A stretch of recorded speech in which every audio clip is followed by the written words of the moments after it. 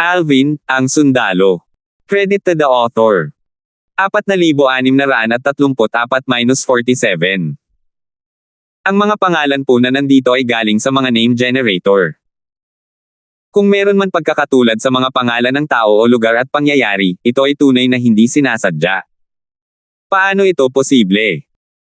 Kung ibang lugar lang iyon, kakailanganin ni Alvin na gamitin ang kanyang banal na kamalayan o makipaglaban kay Homer para kumpirmahin kung ito nga ba ang tunay na sarili ni Homer o ang kanyang doppelganger.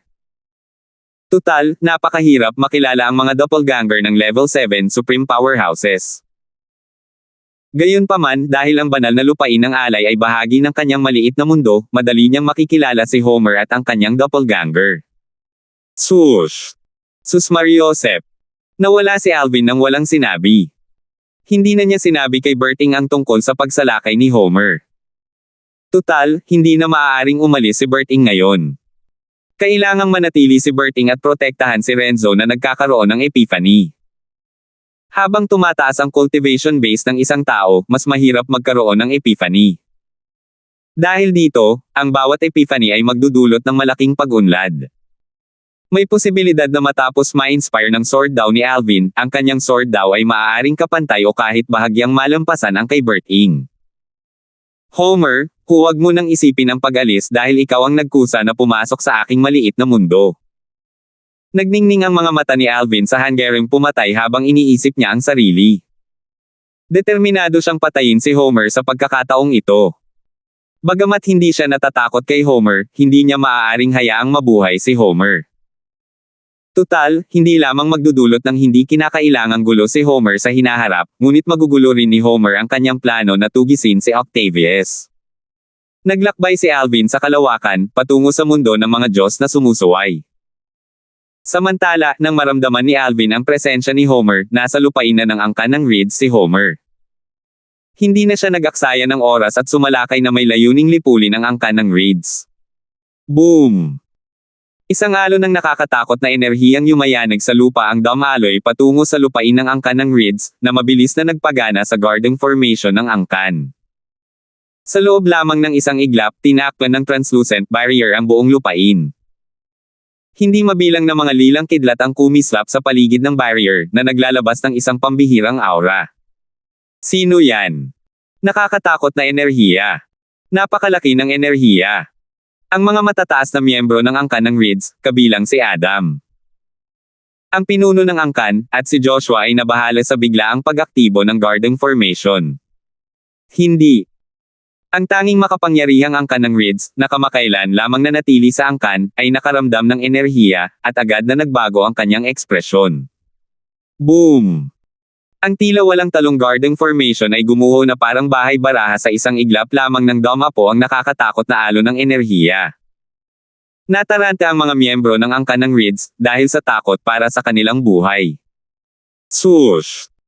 Bigla na lang, isang sinag ng espada ang lumitaw sa kalangitan bago ito nahati sa 10,000 sinag ng espada.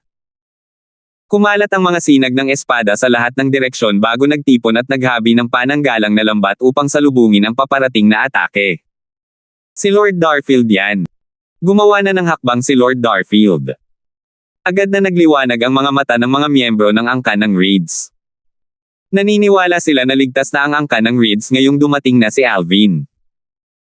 Sa kabaligtaran, si Hyland, ang tanging supreme powerhouse ng angkan ng Reeds, ay hindi natuwa o nakahinga ng maluwag tulad ng iba.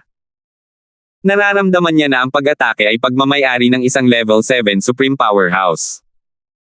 Hindi siya nag-alinlangan na ang angkan ng Reeds ay magiging ligtas kung naroon si Alvin. Ang problema ay alam niya na ang doppelganger ni Alvin mula sa batas ng panahon, hindi si Alvin, ang gumawa ng hakbang. Ang kalaban ay isang tunay na level 7 supreme powerhouse habang ang angkan ng Reeds ay mayroon na lamang doppelganger ni Alvin ngayon. Higit sa lahat, nararamdaman niya na ang doppelganger ni Alvin ay bahagyang mas mahina kaysa sa kalaban. Swoosh! Nang dumapo ang mapanirang enerhiya sa napakalaking lambat na pananggalang, ang lambat ay marahas na nayanig, at agad itong lumabo. Hindi lang iyon, marami sa mga sinag ng espada na bumubuo sa lambat ay nagpakita rin ng mga senyales ng pagbibitak, na parang mababasag anumang oras. Nagulat ang mga miyembro ng angkan ng Reeds nang makita nilang malapit ng sumuko ang lambat. Anong nangyayari? Kahit si Lord Darfield ay hindi kayang pigilan ito. Teka. Iyan ang doppelganger ni Lord Darfield mula sa batas ng panahon, tama ba? Kasabay nito, malabo na nahulaan ng lahat na ang kalaban ay isang level 7 Supreme Powerhouse. Nahulaan din nila na ang kalaban ay malamang na si Homer mula sa Sunbright World. Narinig na nila ang tungkol sa alitan sa pagitan nina Alvin at Homer, ngunit hindi nila inaasahan na magkakaroon ng lakas ng loob si Homer na magpakita sa God-defying world. Tutal, mayroong dalawang level 7 Supreme Powerhouse na nagbabantay sa God-defying world. Sa hindi inaasahan, dumating talaga si Homer, at dumating pa nga siya sa oras na wala si Alvin. Siguro nalaman na ni Homer na wala si Lord Darfield. Bumangon ang takot sa puso ng mga miyembro ng angkan ng Reeds. Kung wala si Alvin, hindi problema para kay Homer na lipulin ang angkan ng Reeds. Sa sandaling ito, may paghamak na sinabi ni Homer, "Alvin, hindi sapat ang doppelganger mo para pigilan ako. Wawasakin ko ang doppelganger mo at ang angkan ng Reeds ngayon para maturuan ka ng leksyon dahil sa pagkakasala mo sa akin." Sa sumunod na sandali, naglunsad si Homer ng isa pang atake, na mas malakas kaysa sa una. Nakatakdang mapahamak tayo. Nawalan ng pag-asa ang mga miyembro ng angkan ng Reeds nang makumpirma nilang ang kalaban ay tunay ngang si Homer. Bigla, nang malapit nang mapunit ang lambat ng espada, biglang lumitaw ang dalawang alon ng mahiwagang enerhiya. Pagkatapos, nagsimulang maghilom ang mga bitek sa mga sinag ng espada. Sa loob lamang ng ilang sandali, lumakas ang lambat. Nang dama po ang pangalawang atake, hindi na punit ang lambat. Bahagyang naguluhan si Homer. Bago pa siya makapag-imbestiga pa, may narinig siyang boses na umalingaw-ngaw sa kalangitan. Homer! Paano ito nangyari? Hindi ba't nakikipaglaban siya sa isang malayong kaharian sa Myriad Worlds kasama si Renzo, ang bagong level 7 Supreme Powerhouse mula sa Outer Boundary? Malaki ang ipinagbago ng ekspresyon ni Homer. Hindi niya inaasahan na babalik ng ganito kabila si Alvin. Hindi siya nagpigil nang ilunsad niya ang kanyang pangalawang atake, ngunit nabigo itong basagin ang lambat ng espada. Nangangahulugan ito na may isa pang level 7 Supreme Powerhouse na naruroon. Nakaramdam ng kilabot si Homer sa sandaling ito. Sa kanyang palagay, si Alvin ang nag-set up sa kanya nang pumayag si Alvin na makipaglaban kay Renzo. Malamang na ang tunay na intensyon ni Alvin ay akitin siya sa mundo ng mga Diyos na sumusuway. Naisip din niya na ang taong hamarang sa kanyang atake ay si Henry, na nagtatago sa angkan ng Reeds. 4,635. Bahagi ba ang lugar na ito ng iyong maliit na mundo? Bulalas ni Homer. Nang lumitaw si Alvin, naramdaman niya ang pagsasama ng lupang banal na alay sa maliit na mundo ni Alvin. Nang mamatla ang kanyang mukha, makikita ang isang bahid ng panghihinayang sa kanyang mga mata. Hindi naging pabaya si Homer sa pagkakataong ito. Dati, matapos makuha ang pinakamataas na makapangyarihang nilalang mula sa mundo ng mga sumusuway sa Diyos, may ilang bagay siyang natutunan tungkol kay Alvin, kabilang ang kaugnayan ni Alvin sa angkan ng Reeds. Nalaman din niya na ang lupang handog ng banal ay matagal nang umiiral. Dahil dito, nakarating siya sa lupang handog ng banal nang walang pag-aalinlangan. Bukod dito, nakahuli rin siya ng ilang mga matataas na kataas-taasang Diyos mula sa mundo ng mga sumusuway sa Diyos na nasa panlabas na hangganan bago naglakbay dito. Ang natutunan niya mula sa kanila ay katulad ng natutunan niya mula sa pinakamataas na makapangyarihang nilalang, si Alvin ay may malalim na ugnayan sa angkan ng mga siya at walang malaking nagbago sa mundo ng mga sumusuway sa Diyos. Dahil sa lahat ng mga kadahilanang ito, ang posibilidad na ang lupang handog ng banal ay naging bahagi ng maliit na mundo ni Alvin ay hindi niya naisip. Nagmura si Homer sa loob-loob niya, siguro siya ang naghanda ng patibong na ito para sa akin. Ang tusong hakbang. Pinaghihinalaan din ni Homer na bukod kina Alvin at Bert Inc., naroon din si Henry mula sa Outer Boundary.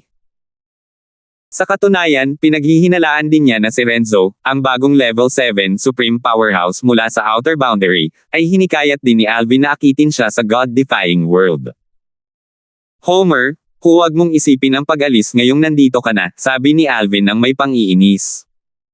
Tiwala siyang kaya niyang harapin si Homer kahit mag-isa lang siya. Tutal, mahirap para kay Homer na iwan ang kanyang maliit na mundo. Alvin, sa tingin mo ba mapipigilan mo akong umalis? Mangarap ka lang. Sabi ni Homer habang nakanganga. Pagkarinig ni Homer ng boses, isang piraso ng itim na kahoy na naglalabas ng gininto ang liwanag ang biglang lumitaw sa kamay ni Homer. Bahagyang napakunot ang noo ni Alvin nang maramdaman niya ang nakakatakot na aura mula sa itim na kakahuyan. Para pigilan si Homer sa pag-alis, hindi siya nagpigil. Gayunpaman, sa sandaling gumalaw siya, biglang nabasag ang piraso ng itim na kahoy, at isang alon ng nakakatakot na enerhiyang espasyo ang lumabas, binalot si Homer. Nang unti-unting nawawala ang figure ni Homer, isang kunot noo ang makikita sa kanyang mukha. Malinaw na hindi siya nasisiyahan na napilitan siyang gamitin ang anting-anting na nagel iligtas buhay na ito. Kung wala siya sa sitwasyong nagbabanta sa buhay, hindi niya sana ginamit ang trump card na ito. Sa huli, ang atake ni Alvin ay tumama lamang sa natitirang spatial energy matapos mawala si Homer sa paningin. Ang enerhiyang ito ay tila mas malakas kaysa sa isang level 8 supreme powerhouse. Bukod dito, mayroon itong mga bakas ng batas ng kalawakan sa pinakamataas na yugto at ang enerhiya ng limitless daw sa ikawalong yugto. Pinalawak ni Alvin ang kanyang banal na kamalayan, at dinadama ang kanyang paligid. Hindi niya talaga matukoy si Homer. Nangangahulugan ito na wala na si Homer sa mundo ng mga Diyos na sumusuway. Nangangahulugan ito na ang piraso ng itim na kahoy ay isang bagay na nagmula bago ang makasaysayang puwang. Sinulyapan ni Alvin ang piraso ng itim na kahoy na unti-unting nawawala. Sinuri niya ito gamit ang kanyang banal na kamalayan at nakaramdam ng isang pamilyar na enerhiya. Ito ang enerhiya mula sa Realm of Origin. Nangangahulugan ito na ang piraso ng itim na kahoy ay nagmula sa isang Realm of Origin na naiwan ng isang kataas-taasang makapangyarihang gusali bago ang makasaysayang puwang. Hindi ko inaasahan na si Homer ay magkakaroon ng ganito kalakas na kakayahang magligtas buhay. Ang Supreme Powerhouse na nag-iwan nito ay dapat na isang level 8 Supreme Powerhouse kahit papaano at naunawaan na ang limitless daw hanggang sa ikawalong yugto at ang batas ng kalawakan hanggang sa pinakamataas na yugto. Nagulat din siya sa kung gaano determinado si Homer nang gamitin niya ang nakapagliligtas buhay na trump card. Tutal, hindi alam ni Homer ang tunay niyang lakas. Hindi niya alam na iniisip ni Homer na may 3 pang level 7 Supreme Powerhouses na nagtatago, naghihintay na tambangan siya sa tamang sandali. Kung alam lang niya ito, maramdaman niyang napagkamalan siya dahil talagang nag-iisa lang siya. Samantala, nakahinga ng maluwag si Homer matapos siyang makatakas. Muntik na akong mahulog sa patibong niya. Mabuti na lang at nasa akin ang nakapagliligtas buhay na trump card na nakuha ko mula sa isang Realm of Origin. Sayang at napilitan akong gamitin ito. Nalungkot si Homer na nawala ang kanyang nakapagliligtas buhay na trump card. Gayunpaman, alam niyang wala siyang ibang magagawa kundi gamitin ito. Kung hindi, maaaring mawala ang kanyang buhay. Alvin, pagsisisihan mo balang araw na ginamit mo sa akin ang aking nakapagliligtas buhay na trump card. Binabantayan pa rin siya ni Berting, palagi at maingat na sinusuri ang kanyang paligid. Nang makita niya si Alvin, nagtanong siya, may nangyari ba? Tumango si Alvin bago sumagot, personal na pumunta si Homer sa mundo ng mga Diyos na sumusuway. Pumunta siya sa angkan ng Reeds. 4,636. Ang bagong pagbabago ng pagoda na tumatahak sa langit.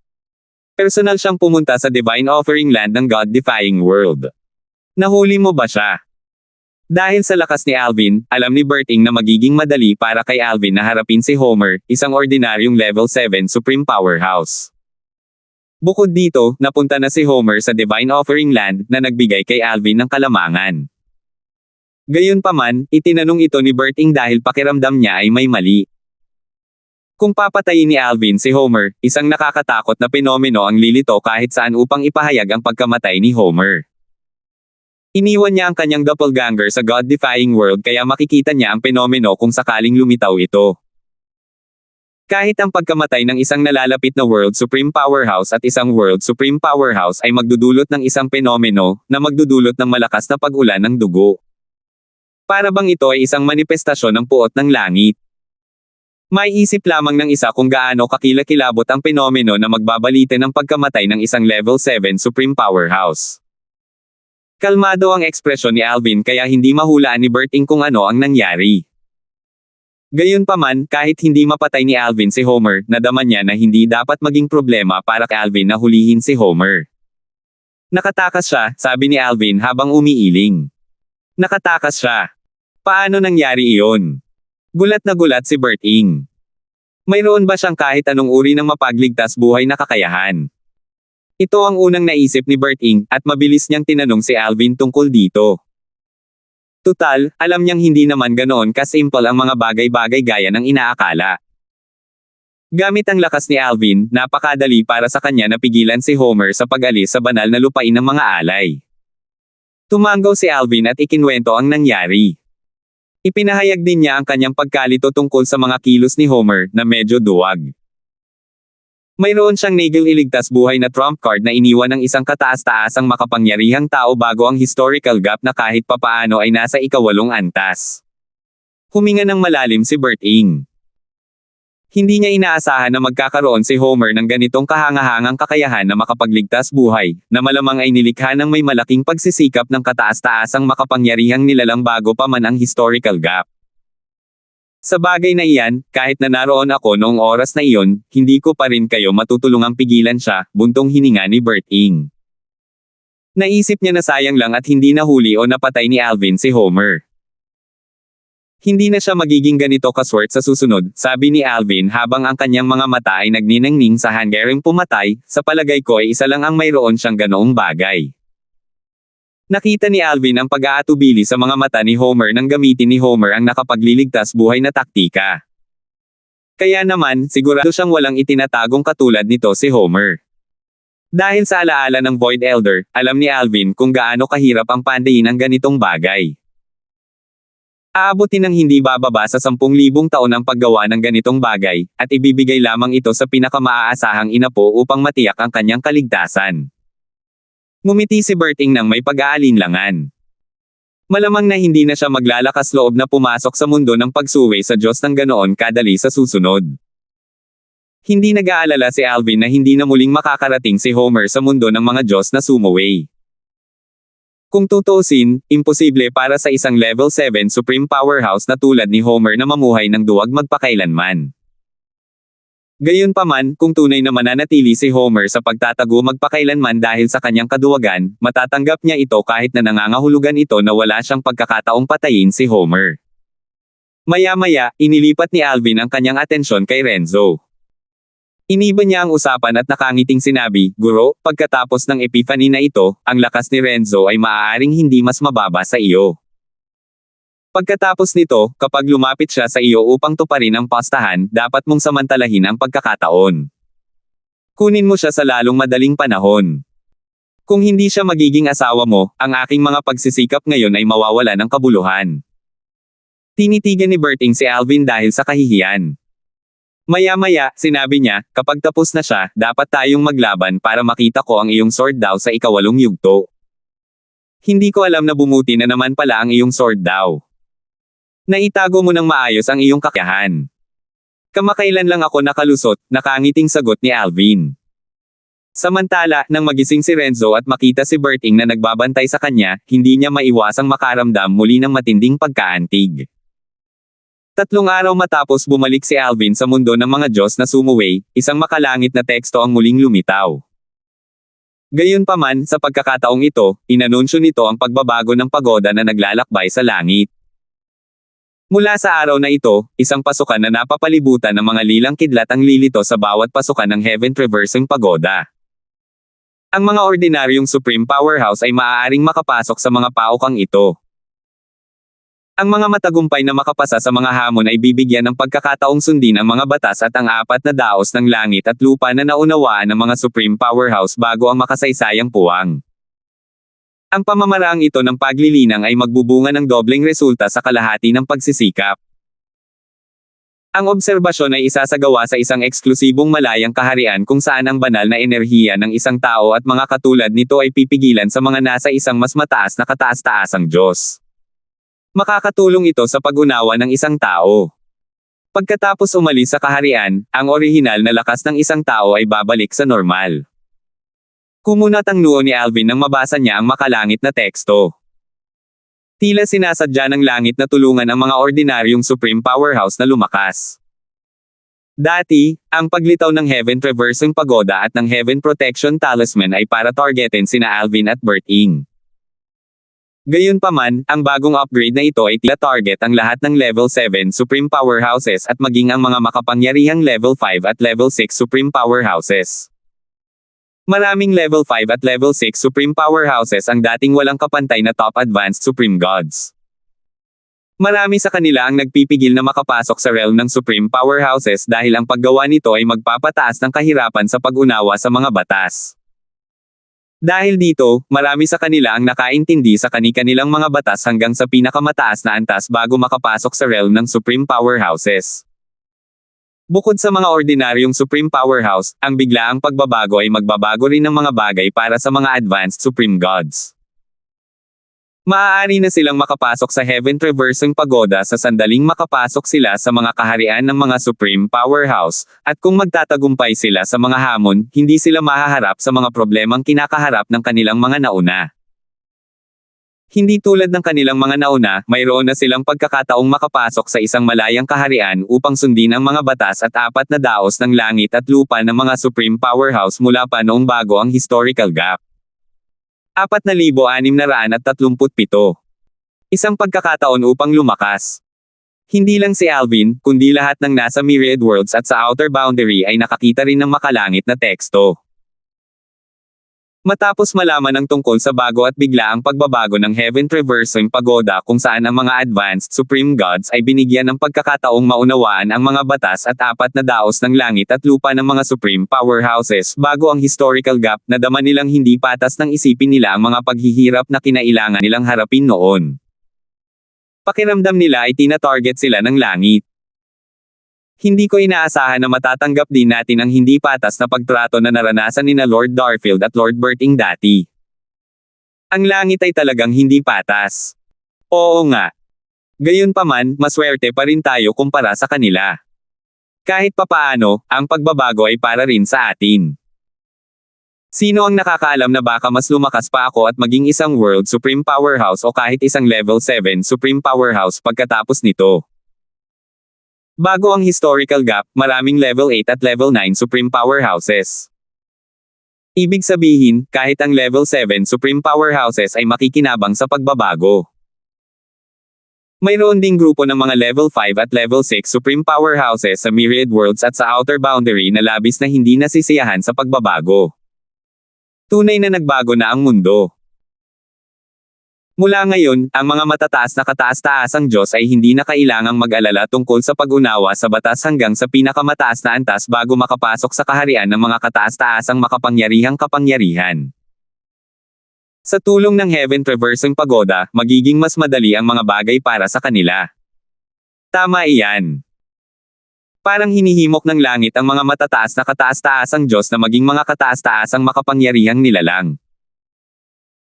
Noong nakaraan, ang mga advanced Supreme Gods ay hindi kailanman padalos-dalos na papasok sa kaharian ng mga Supreme Powerhouse maliban na lang kung limitado ang kanilang talento o kung sila ay nasa panganib na mapatay ng Heavenly Tribulation. Gayunpaman, mula ngayon, ang mga advanced Supreme Gods ay maaaring makapasok sa kaharian ng mga Supreme Powerhouse nang walang anumang pag-aalinlangan. Mukhang tataas ng malaki ang bilang ng mga Supreme Powerhouse sa Myriad Worlds at sa Outer Boundary sa lalong madaling panahon. Gaya ng inaasahan, isang grupo ng mga matataas na kataas-taasang Diyos mula sa Myriad Worlds at sa Outer Boundary ang hindi nag-atubiling pumasok sa kaharian ng mga kataas-taasang powerhouse nang maramdaman nila ang paghila mula sa kaharian ng mga kataas-taasang powerhouse matapos makita ang makalangit na teksto. Pagkatapos nito, nagplano silang pumunta sa Heaven Traversing Pagoda upang mapabuti ang kanilang cultivation. Kasabay nito, ang mga abanteng kataas-taasang Diyos na hindi pa nakakaramdam ng paghila mula sa kaharian ng mga kataas-taasang makapangyarihang nilalang ay naghihintay ng may pananibik para sa kanilang pagkakataon. Kung tungkol naman sa maraming may talentong kataas-taasang Diyos na tumanggi sa tawag ng kaharian ng mga kataas-taasang makapangyarihang nilalang, marami sa kanila ang nanghinayang na hindi lumabas ng mas maaga ang makalangit na teksto. Hindi nila maiwasang magmura sa takdang panahon ng langit. Sus Mariosep. Bakit hindi lumabas ang makalangit na teksto ilang araw na ang nakalipas? Hindi ko lang pinansin ang paghila mula sa kaharian ng mga Supreme Powerhouse 2 araw na ang nakalipas. Ngayon, mas mahihirapan na akong pumasok sa kaharian ng mga Supreme Powerhouse. Pinagsisisihan ko talaga. Biro naman. Hindi ko lang pinansin ang paghila kalahating buwan na ang nakalipas. Sa kaharian ng mga Diyos sa mundong sumusuway sa Diyos. Isang elder mula sa isang Supreme Rank Force ang ngumiti at nagsabi, Senior Brother, naaalala kong binaliwala mo ang paghila mula sa Realm of Supreme Powerhouses 3 taon na ang nakalilipas. Mukhang ako muna ang papasok sa Realm of Supreme Powerhouses bago ka. Huwag kang mag-alala. Tiyak na ibabahagi ko sa iyo ang mga natutunan ko sa Heaven Traversing Realm. Masama na ang loob ng nakatatandang kapatid dahil sa makalangit na teksto, at ang mga salita ng nakababatang kapatid ay lalo lamang nagpulala sa apoy. Isa pang salita mo, sasampalin na kita. Huwag mong kalimutan na hindi ka pa isang napakalakas na tao. Katulad ng mga pag-uusap ang naganap sa Myriad Worlds at sa Outer Boundary. Samantala, ang mga ordinaryong kataas-taasang makapangyarihang tao ay nagmadaling pumunta sa Heaven Traversing Pagoda matapos makita ang makalangit na teksto. Hindi nalihim ang lokasyon ng mga pasukan ng pagoda. Naroon ang pasukan na nababalutan ng mga lilang kidlat. Ang mga dumating ay nakakita ng isang bagong pasukan. Ito ay isang madilim na umiikot na vortex na kumikislap na may mga lilang kidlat. Ito ay naiiba sa ordinaryong pasukan na isa lamang madilim na umiikot na vortex, at mahirap silang mapagkamalan na isa't isa. Kahit na mapagkamalan ng mga ordinaryong Supreme Powerhouse ang ordinaryong pasukan bilang bagong pasukan, hindi pa rin sila makakapasok dito. Tanging ang mga Level 6 Supreme Powerhouse lamang ang maaaring gumamit ng ordinaryong pasukan. Kasama Renzo si Berting nang lumitaw ang makalangit na teksto. Matapos makapasa sa isang serye ng mga pagsubok, maaari nang sundin ng isang tao ang mga batas at 4 na daos ng langit at lupa sa pamamagitan ng mga kataas-taasang makapangyarihang kapangyarihan mula pa noong bago ang makasaysayang puwang. Nagningning sa pananabik ang mga mata ni Berting. Alam niyang pagkakataon din ito para lumakas ang isang Level 7 Supreme Powerhouse na tulad niya. 4,638. Ang pasukan ng pagoda na tumatahak sa langit sa mundong sumusuway sa Diyos. Mabilis na ibinalik ni Berting ang kanyang atensyon kay Renzo, na nasa gitna pa rin ng kaliwanagan. Hindi siya maaaring umalis habang mahina ito. Habang iniisip kung gaano karaming asawa ang mayroon si Alvin, bumantong hininga siya sa loob-loob. Sabi ko nga, talagang may gusto si Little Alvin sa mga babae. Hindi siguro madaling magkaroon ng napakaraming asawa. Noon, palaging nararamdaman ni Berting na ang isang romantikong relasyon ay magiging hadlang lamang sa landas ng paglilinang. Gayunpaman, pinatunayan ni Alvin na mas malakas kaysa sa kanya na mali siya. Bukod dito, makikita na ang buhay ni Alvin kasama ang kanyang mga asawa ay napakamaayos. Iniisip ko kung may kinalaman ba ito sa kung gaano kabilis umunlad ang sword daw ni Little Alvin. Kahit siya ay nakarating sa ika-8 yugto bago ako. Lalong lumaki ang inaasahan ni Berting habang nakatingin siya kay Renzo, nalilito sa kanyang mga iniisip. Siya ang unang nakabihag sa kanyang puso. Ano man ang maging resulta, determinado siyang habulin ito dahil baka pagsisihan niya ito. Hindi nakatambay si Berting habang binabantayan niya si Renzo. Ipinadala niya ang kanyang doppelganger sa Heaven Traversing Pagoda, at nakarating na ito sa sandaling ito. Ang pasukan ng Heaven Traversing Pagoda na pinuntahan niya ay wala sa isang Realm of Gods. Ito ay ang nasa Jade Emperor Heaven, isang Devata realm. Maraming tao ang nagtitipon doon nang dumating siya. Ang ilan ay pumapasok sa madilim na bagong pasukan na kumikislap gamit ang mga lilang kidlat na matatagpuan malapit sa orihinal na pasukan. Panginoong Berting. Pagbati, Panginoong Berting. Maraming mga kataas-taasang makapangyarihang tao ang bumati kay Berting pagdating niya.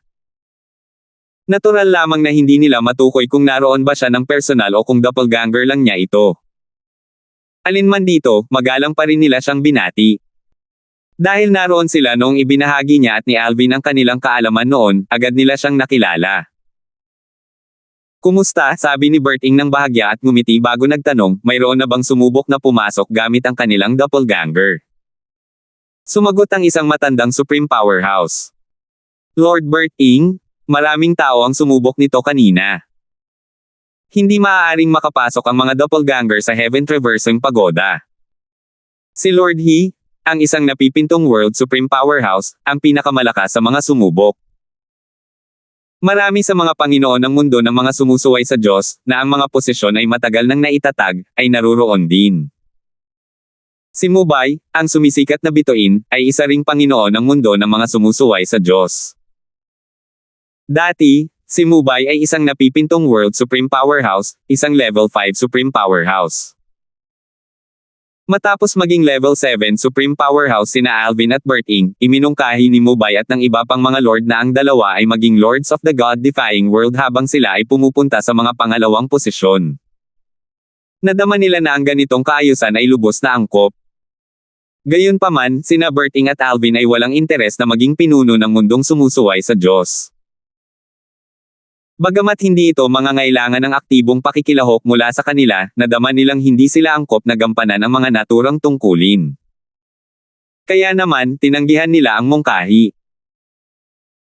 Patuloy na sinabi ng matandang Supreme Powerhouse, pagkatapos umalis ang doppelganger ni Lord He, pumasok siya dala ang kanyang tunay na katawan.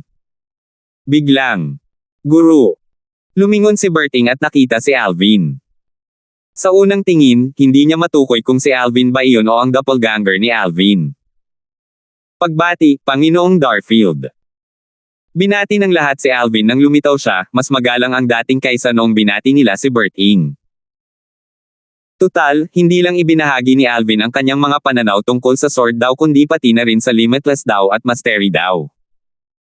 Lahat sila ay nakinabang ng malaki mula sa kanya at puno ng pasasalamat sa kanya. Gayunpaman, kahit alam nilang mahusay si Alvin sa dalawang daw na iyon, wala silang ideya kung gaano kalawak ang kanyang pangunawa. Tutal, bata pa naman siya noon. Ang kanyang sword daw ay nasa napakabatang edad na kaya sa kanilang palagay, kamangha-mangha na kung mauunawaan niya ang dalawa pang daw hanggang sa ikatlo o ikaapat na yugto. Noon, ang pinakamakapangyarihang tao, na dinuot ni Alvin, ay hindi masyadong nagbigay pansin kapag ibinabahagi ni Alvin ang kanyang pananaw tungkol sa limitless daw at mastery daw dahil ang pinakamalakas niyang daw ay ang sword daw. Kaya naman, nang kausapin niya si Homer, tanging ang sword daw ni Alvin ang kanyang pinag-uusapan, kaya naman walang alam si Homer tungkol sa lawak ng tunay na lakas ni Alvin. Bukod dito, hindi rin nagtanong si Homer tungkol sa kahusayan ni Alvin sa iba pang mga daw. Kung hindi, hindi siya pupunta sa God-defying world ng ganoon kabilis. Tumango at ngumiti si Alvin bago niya tinanong ang kanyang Panginoon, Panginoon, plano mo bang pumasok sa Heaven Traversing Pagoda kasama ang iyong doppelganger? Oo, sagot ni Berting, pero narinig ko na imposibleng gawin iyon. Sinubukan na ito ng iba noon. Tumango si Alvin at sinabing, nang makita ko ang makalangit na teksto, agad kong pinapunta ang aking doppelganger. Nakarating pa nga ako bago pa man dumating sina Lord Dolan at Shane. Hindi rin makapasok ang aking doppelganger. Marahil ito ay isang patakaran ng pagoda, o ang problema ay maaaring ang mga doppelganger mismo. Patuloy niyang sinabi, gayunpaman, sa tingin ko ay ang huli. Kahit gaano pa sila katotoong mga doppelganger, hindi sila totoo. Bukod pa rito, kahit na makapasok sila, ang batas lamang ang kanilang mauunawaan. Hindi lang iyon, hindi rin nila mauunawaan ang apat na daos ng langit at lupa. Bagamat maaaring gamitin ng mga doppelganger ang daw ng langit at lupa na nauunawaan ng kani-kanilang mga host, hindi nila kayang unawain ang mga daw ng mag-isa. Hindi lang iyon, kundi mas mababa rin ang kahusayan ng mga ito sa pag-unawa sa kani-kanilang mga batas. Hindi man lang ito umabot sa ika-10 bahagi ng kahusayan ng host. Hindi ito katakataka dahil ang pangunahing tungkulin ng mga doppelganger ay para sa labanan. Papasok ka na ba ngayon? Tanong ni Berting matapos malaman na ipinadala ni Alvin ang kanyang doppelganger kanina. Tumango si Alvin. Oo, papasok ako at titingnan ko. Pagkatapos noon, nakita ni Alvin ang pagkunot ng noo ng doppelganger ni Berting. Mabilis niyang sinabi sa pamamagitan ng voice transmission, "Guro, naiintindihan ko ang iyong pag-aalala. Alam kong nag-aalala ka na isa itong bitag mula sa langit na nakatarget sa ating dalawa. Gayunpaman, sa palagay ko ay napaka-imposible nito. Kung madali lang talaga tayong mapatay nito, hindi ito aabot sa ganoong kalaking resulta. Bakit ka maglalagay ng ganito kakomplikadong bitag kung sapat na ang isang simpleng bitag? Huwag kang mag-alala, guro. Hindi ako kikilos ng padalos-dalos. Tutal, kailangan ko pa ring isipin ang aking pamilya. Pakiramdam ko ay gusto ng langit na dagdagan ang bilang ng mga powerhouse sa Myriad Worlds at sa Outer Boundary gamit ang pagbabagong ito sa pamamagitan ng pagtulong sa mga Supreme Powerhouse, kasama na tayo. Marahil ay para rin itong mapalakas ang sarili nitong lakas. 4,639. Mga teorya ni Alvin. Sa simula, matapos pag-isipan ng lahat, naisip ni Alvin na mas makabubuting huwag munang pumasok sa Heaven Traversing Pagoda para mag-imbestiga. Gayunpaman, nang sinubukan niyang pumasok kasama ang kanyang doppelganger, natuklasan niyang hindi makapasok ang kanyang doppelganger. Pinag-isipan niya itong muli bago siya tuluyang nagpasyang pumasok at tingnan ang kaharian na inihanda ng langit para sa mga kataas-taasang makapangyarihang nilalang. Sandali na tumigil si Alvin bago nagpatuloy sa pagsasalita, "Noon, pinaghihinalaan namin at ng iba pa na tina-target kami ng langit. Gayunpaman, dahil sa bagong pagbabago, hindi na ako sigurado tungkol dyan." Ayon sa alaala ng Void Elder, bago ang historical gap, may mga hamon sa mga malayang kaharian na pinaghihinalaan niyang galing sa langit. Gayunpaman, hindi ito makumpirma ng Void Elder. Napagpasyahan lamang niya iyon dahil sa palagay niya ay hindi kayang harapin ng mga tao ang mga hamong iyon. Kahit siya, isang level 9 Supreme Powerhouse, ay hindi kayang harapin ang mga hamong iyon. Naniniwala ang Void Elder na pinili ng langit na simulan muli ang mundo dahil sa mga Supreme Powerhouse na level 9 na tulad niya. Inisip niya na gusto silang lipulin ng langit dahil sa takot na malampasan nila ang langit mismo. Gayunpaman, habang pinag-iisipan ito ni Alvin, lalo niyang natuklas ang puno ng mga butas ang teorya. Kung talagang gustong patayin ng langit ang Void Elder, magagawa nito ito sa maraming paraan. Dahil ang teksto ng langit ay nagpapahayag ng mga gantimpala, madaling mahikayat ng langit ang iba pang mga kataas-taasang makapangyarihang nilalang na harapin ang Void Elder. Walang anumang bagay tungkol sa makalangit na teksto sa alaala ng Void Elder. Naguluhan din si Alvin kung bakit walang tekstong langit bago ang puwang sa kasaysayan noong nabubuhay pa ang Void Elder. Maging ang mga hamong at kaharian na pinaghihinalaang nagmula sa langit ay natuklasan ng mga tao. Walang anunsyo tungkol sa mga ito sa pamamagitan ng tekstong langit. Mayroon sigurong kulang sa atin. Base sa alaala ng Void Elder, wala ring anumang bagay tungkol sa siyam na pasukan patungo sa mahiwagang lugar. Kung gayon, ano ang maihahambing sa mga makapangyarihang nilalang na iyon sa mga level 8 Supreme Powerhouse? Lumitaw lang ba sila pagkatapos ng puwang sa kasaysayan? Gayunpaman, nilinaw ng langit na ang mga level 7 Supreme Powerhouse ay lumitaw kamakailan lamang pagkatapos ng puwang sa kasaysayan. At saka, nasaan ang lugar na binabantayan ng siyam na nilalang? Malinaw na ang langit ang pumihil sa mga nilalang na makapasok sa labas ng mundo. Sa oras na ito, alam na ni Berting na minana ni Alvin ang alaala ng Void Elder. Dahil dito, hindi nag-atubiling talakayin ni Alvin ang bagay na ito kay Berting. Naisip din ni Alvin kung ang mga bagong pagbabago sa Heaven Traversing Pagoda ay may kinalaman sa mahiwagang lugar na iyon dahil malinaw na sinusubukan ng langit na tulungan ang lahat na maging mas malakas. Gayunpaman, bakit hindi ito ginawa ng langit noon? Noong nakaraan, sa halip na tulungan ang lahat na maging mas malakas, naglagay ang langit ng maraming hadlang upang pigilan ang mga tao na maging level 7 Supreme Powerhouses. Nagbago lamang ang lahat ng pilit na binasag nina Alvin at Berting ang mga kadena at naging mga level 7 Supreme Powerhouse. Pakiramdam ni Alvin ay pabago-bago ang langit gaya ng dagat at ng panahon. Bigla itong tumigil sa pagsugpo sa mga Supreme Powerhouse at sa halip ay sinimulan silang tulungan, na nagbigay sa kanila ng pagkakataong maging level 7 Supreme Powerhouse. Hinihikayat pa nga nito ang mga advanced Supreme God na pumasok sa kaharian ng mga Supreme Powerhouse sa lalong madaling panahon. Bakit ginagawa ito ng langit? Naguluhan din si Bert Ing.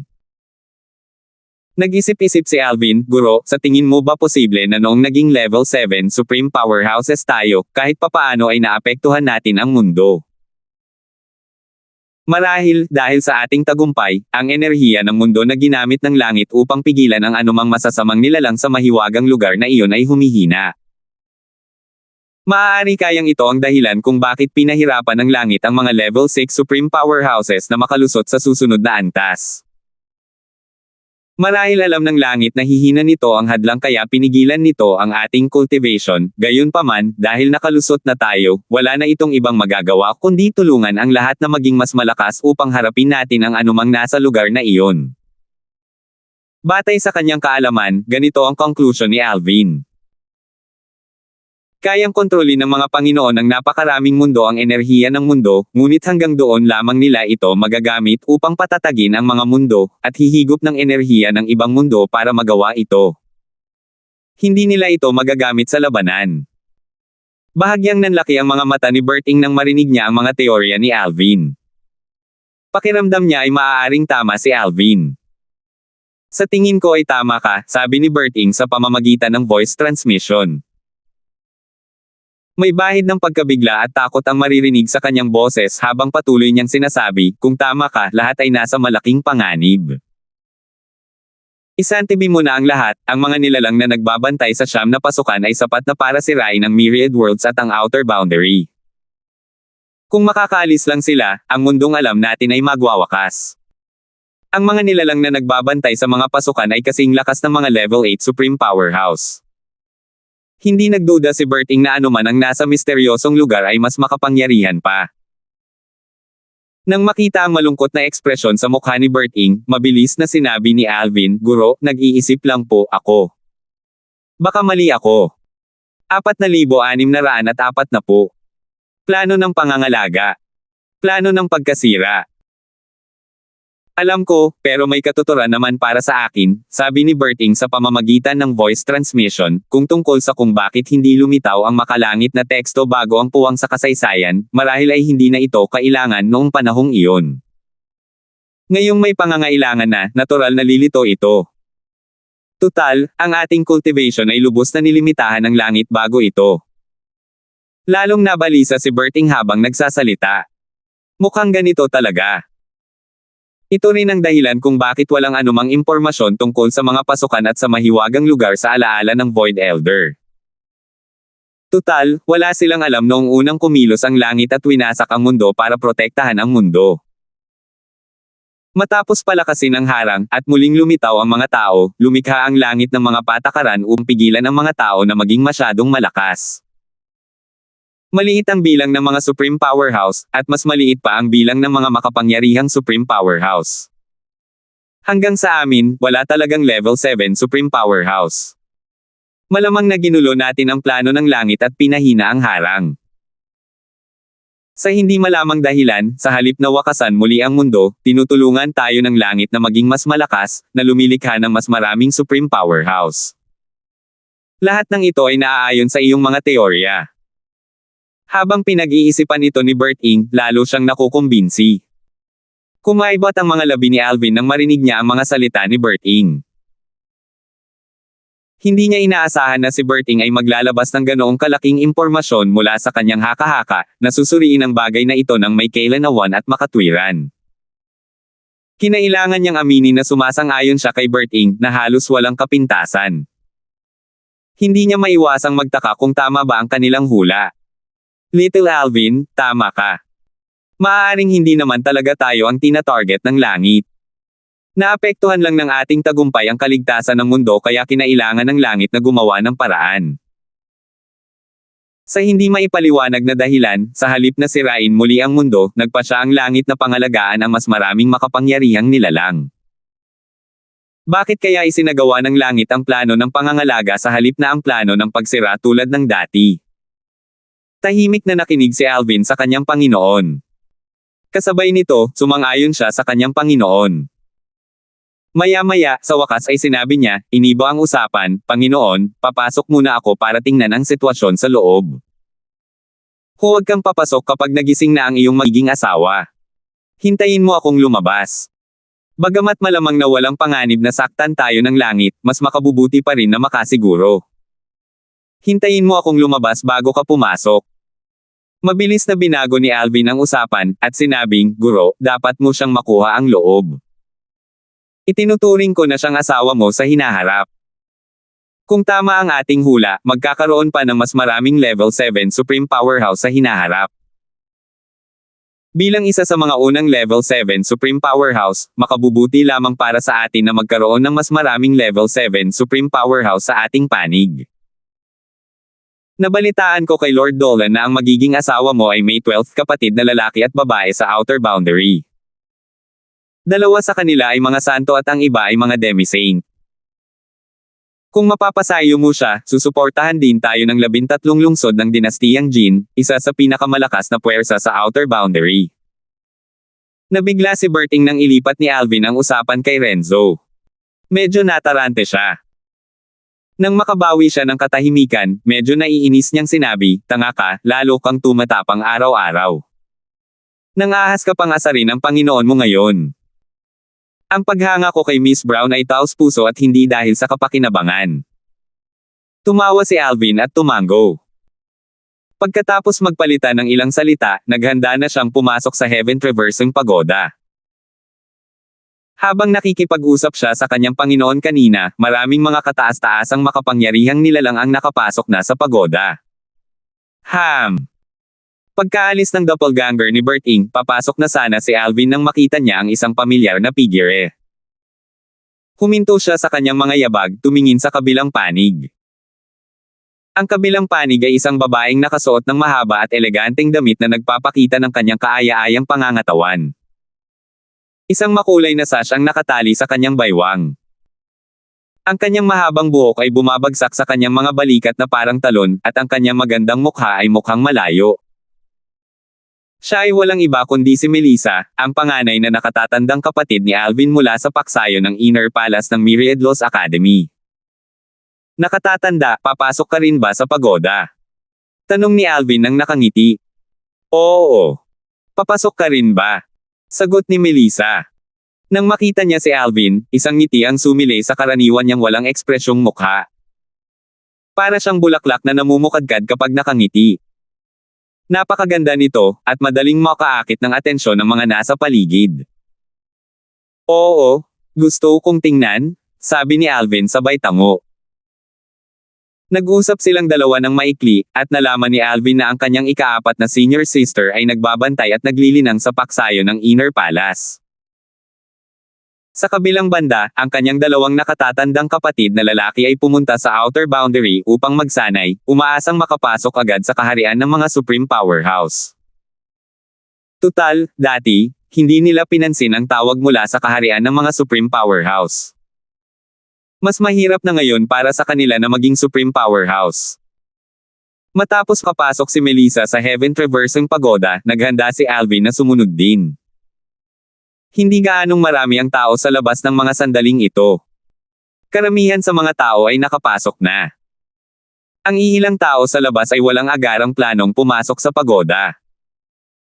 Pagkatapos pumasok, ayon sa makalangit na teksto, ang aking cultivation ay mapipigilan. 4,641. Matapos makapasok sa pasukan ng Heaven Traversing Pagoda na kumikislap na may mga lilang kidlat, naramdaman ni Alvin ang isang napakalaking puwersang humihila patungo sa kanya. Sa isang kisap mata lamang, natagpuan niya ang kanyang sarili sa isang lugar na nababalot ng puting hamog na nagpapahirap sa kanya na makakita ng malinaw. Likas niyang pinalawak ang kanyang banal na kamalayan sa kanyang paligid. Huminga ng malalim si Alvin habang sumisilip ang takot sa kaibuturan ng kanyang mga mata. Natuklasan niya na ang kanyang banal na kamalayan at ang kanyang cultivation ay nahulog na sa isang advanced Supreme God. Hindi pa katagal mula nang siya ay naging isang Supreme Powerhouse kaya naaalala pa rin niya kung ano ang pakiramdam ng pagiging isang Supreme God. Naramdaman ni Alvin ang enerhiya sa kanyang katawan at kinumpirma na wala na siyang lakas ng isang Level 7 Supreme Powerhouse. Tila bumalik na siya sa kaharian ng mga advanced supreme gods. Gayunpaman, natuklasan din niya na ang kanyang batas ng kalawakan ay nasa sukdulang yugto pa rin, at ang kanyang batas ng oras at batas ng buhay ay nasa perpektong anyo pa rin. Ang kanyang iba pang mga batas ay nasa kanilang orihinal na antas din. Gayon din, ang kanyang apat na daos ng langit at lupa ay nanatiling hindi nagbabago. Tulad nga ng sinabi ng makalangit na teksto bago ito. Napigilan ang aking kaluluwa at cultivation, at wala man lang akong naramdaman. Ang mga pamamaraan ng langit ay tunay na mahiwaga. Muli, naisip ni Alvin kung gaano kalalim at kakila-kilabot ang langit. Ito ay mas komplikado kaysa sa inaasahan ng Void Elder. Tutal, inakala ng Void Elder na pagkatapos maging isang level 9 Supreme Powerhouse, marahil ay kaya niyang labanan ang mga patakaran ng langit.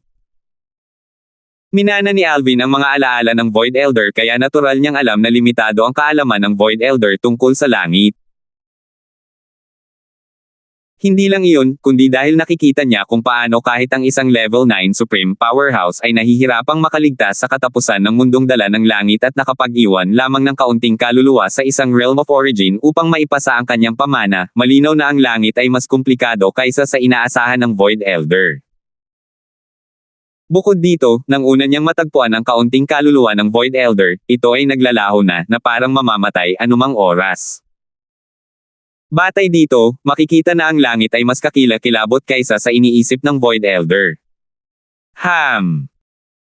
Iniisip ni Alvin ang bagay na ito nang may umalangaw-ngaw na mekanikal na boses sa hangin. Para sa mga unang beses pa lamang papasok sa lugar na ito, piliin ang batas at ang daw ng langit at lupa na nais ninyong sundin sa loob ng isang kapat ng isang oras.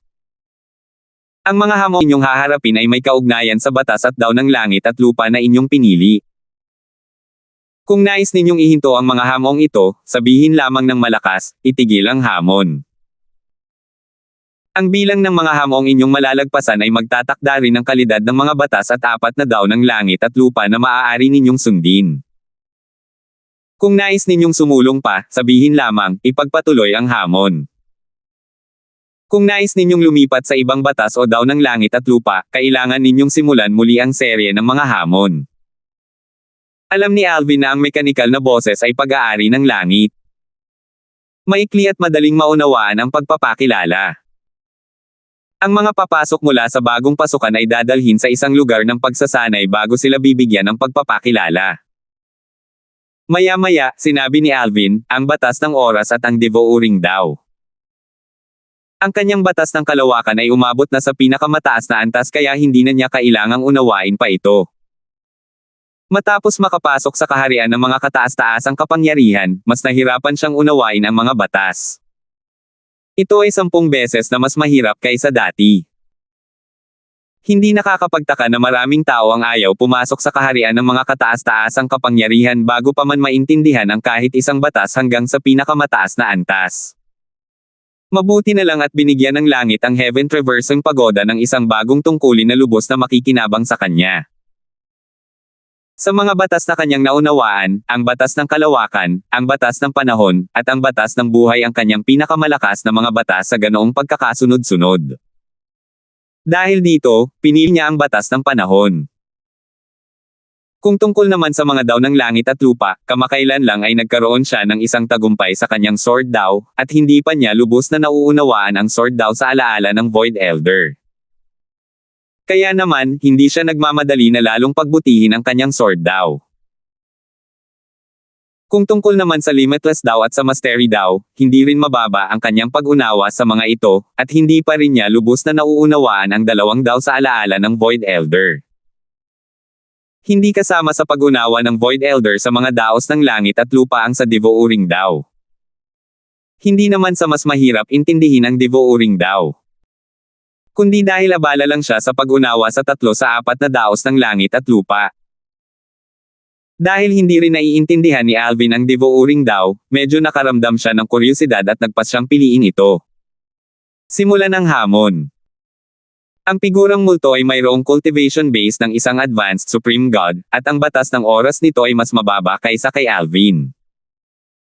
Kung tungkol naman sa Devouring daw nito, hindi nito naapektuhan si Alvin. Alam ni Alvin na madaling harapin ang atake dahil ito pa lamang ang unang hamon.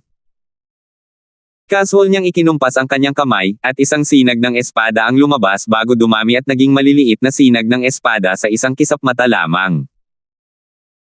Pagkatapos, tinusok nila ang figure ng multo, na epektibong nawasak ito at ang atake nito.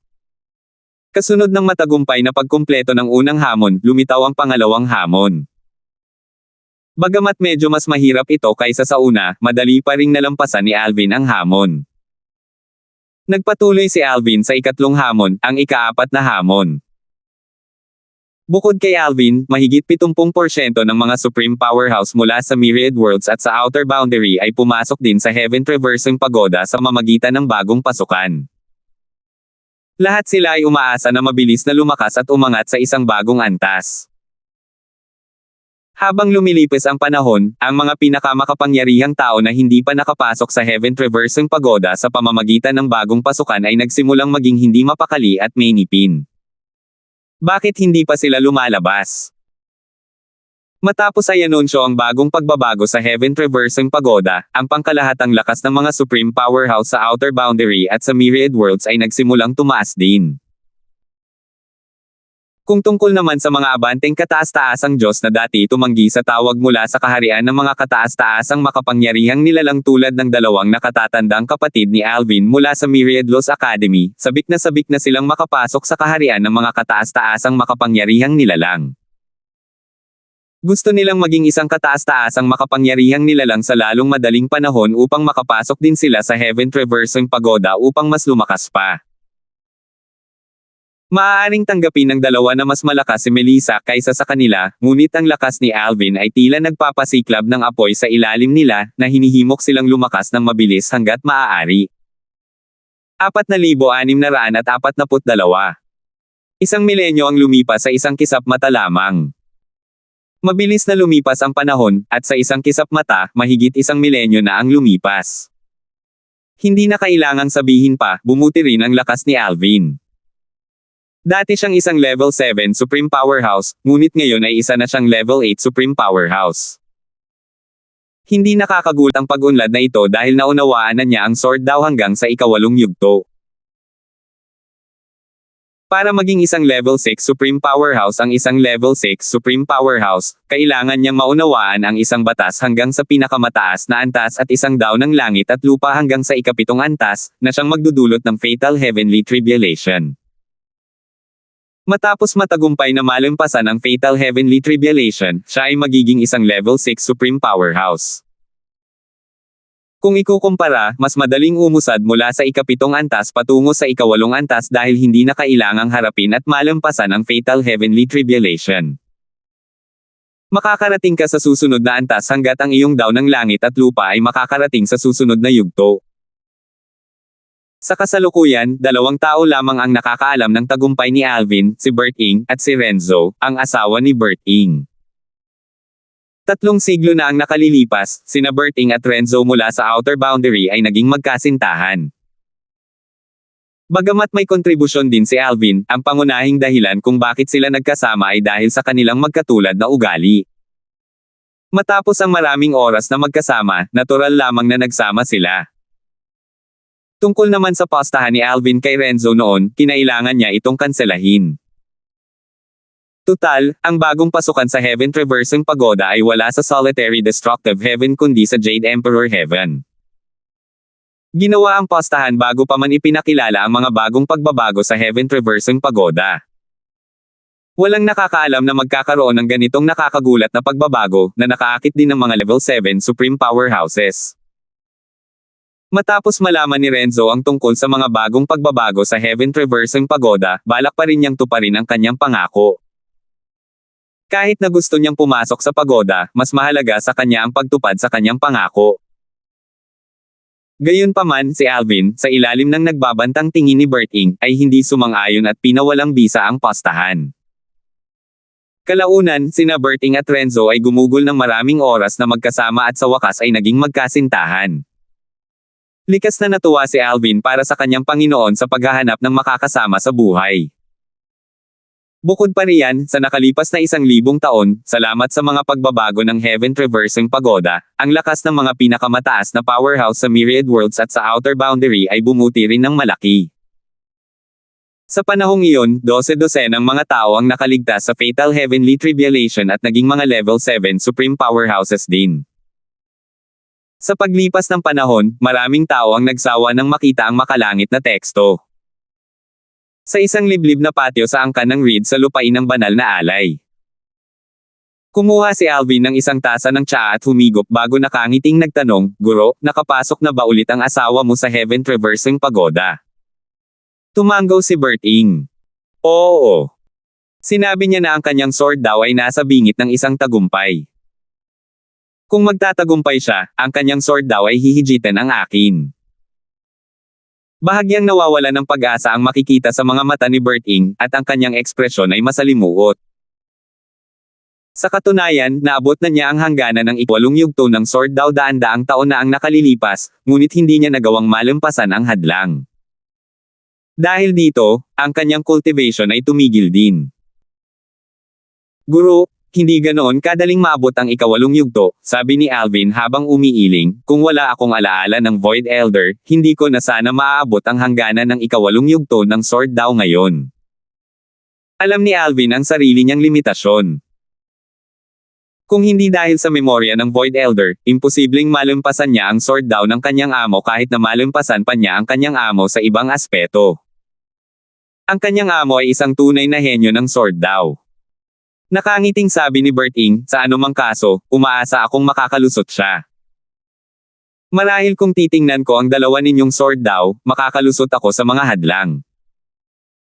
Pagkatapos, tumingin si Berting sa paligid at nagtanong, nasaan ang iyong mga asawa at mga anak? Hindi pa ba sila bumabalik? Matagal nang hindi nakikita ni Berting ang mga asawa at anak ni Alvin. Natural lamang na hindi ganoon kapabaya ang mga asawa ni Alvin. Alam nilang mag-aalala siya sa kanila kaya hindi sila lihim na pupunta sa outer boundary nang hindi nagpapaalam sa kanya ng maaga. Sa kabaligtaran, ang kanyang anak na lalaki at babae ay medyo rebelde at umalis nang walang anumang alalahanin.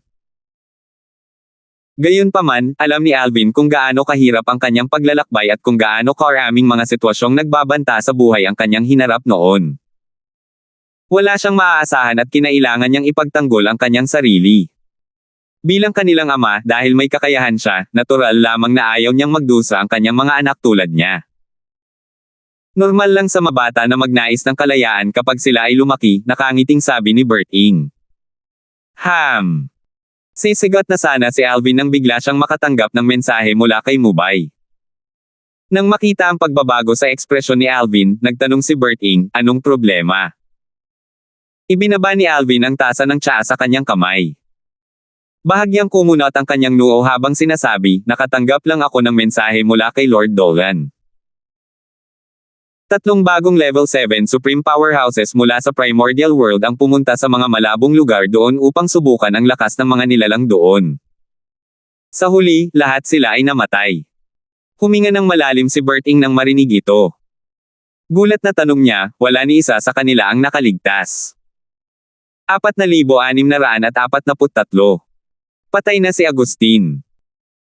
Oo, iyan ang sabi ni Lord Dolan, tango ni Alvin, marahang tinatapik ang kanyang mga daliri sa mesang bato sa harap niya nang may kunot noo sa mukha. Kabilang sa 3 iyon. Sabi ni Berting. Sandali siyang nagatubili bago nagpatuloy sa pagtatanong, kabilang ba sa kanila si Agustin? Oo. Paano mo nalaman yan? Bahagyang nagulat si Alvin. Sa katunayan, nabanggit na ni Mubay kanina na si Agustin ay isa sa 3 level 7 Supreme Powerhouses na namatay. Sigurado ka ba? Tanong ni Berting, habang nakapikit. Oo. Tumanggaw si Alvin. Ngumiti si Berting nang may ngisi. Matagal na siyang mausisa tungkol sa mahiwagang lugar na patungo sa siyam na pasukan.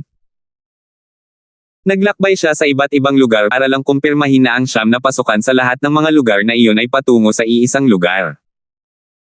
Kung hindi lang dahil sa limitado ang kanyang lakas, malamang ay napunta na siya sa mahiwagang lugar na iyon. Dahil sa lahat ng mga kadahilanang ito, nang nabanggit mo ang tatlong tao mula sa primordial world na namatay, agad ko siyang naisip. Ang sigasig ni Agustin para sa mahiwagang lugar na iyon ay nag-iwan ng malalim na impresyon kay Berting noon. Alam niyang hindi basta-basta susuko si Agustin. Kung bibigyan ng pagkakataon, gagalugarin ni Agustin ang mahiwagang lugar na iyon sa likod ng siyam na pasukan. Hindi inaasahan, kahit na matapos makipagsanib puwersa sa dalawa pang bagong level 7 Supreme Powerhouses, namatay pa rin siya. Mas kumbinsido ako ngayon na ang dahilan kung bakit tinutulungan ng Heaven Traversing Pagoda ang lahat na lumakas ay may kinalaman sa mahiwagang lugar sa likod ng siyam na pasukan. Malamang na pinatay ang tatlong iyon ng higit sa isang nilalang. Hindi tulad ng dati, kayo ni Agustin ay ligtas na nakatakas dahil iisa lang ang nilalang na nakatagpo ninyo. Kung iisa lang ang nilalang, walang dahilan para mamatay sila. Seryosong sabi ni Alvin, sayang naman at namatay sila sa loob ng pasukan. Iniisip ko kung may iniwan ba silang mga palatandaan tungkol sa kanilang mga doppelganger. Pagkatapos magsalita ni Alvin, nagpalitan siya ng tingin kay Berting, at agad silang tumayo. Narinig ng dalawa na hindi makapasok ang mga doppelganger sa siyam na pasukan kaya alam nilang ang tatlong namatay doon ay hindi mga doppelganger. Bagamat maglalaho ang mga doppelganger pagkatapos mamatay ng mga totoong bangkay, maaari pa rin silang mag-iwan ng mga pahiwatig. Dahil dito, nagpasya sina Alvin at Berting na pumunta sa Primordial World upang imbestigahan ang bagay na ito. Gusto nilang malaman kung ano ang nangyari sa tatlo. Tutal, kahit ang isang nilalang na halos kasing lakas ng isang level 8 Supreme Powerhouse ay hindi makakapatay ng tatlong level 7 Supreme Powerhouse ng ganoon kadali. Pagdating ng guro at disipulo sa Primordial World, agad silang pumunta sa Adagon Tribe. Dahil minsan nang nakapunta si Alvin kay Mubay, alam na niya ang daan papunta roon. Pinalawak ni Alvin ang kanyang banal na kamalayan nang makarating siya sa tribo ng Adagon. Ang kapaligiran ay tame time at nakakatakot.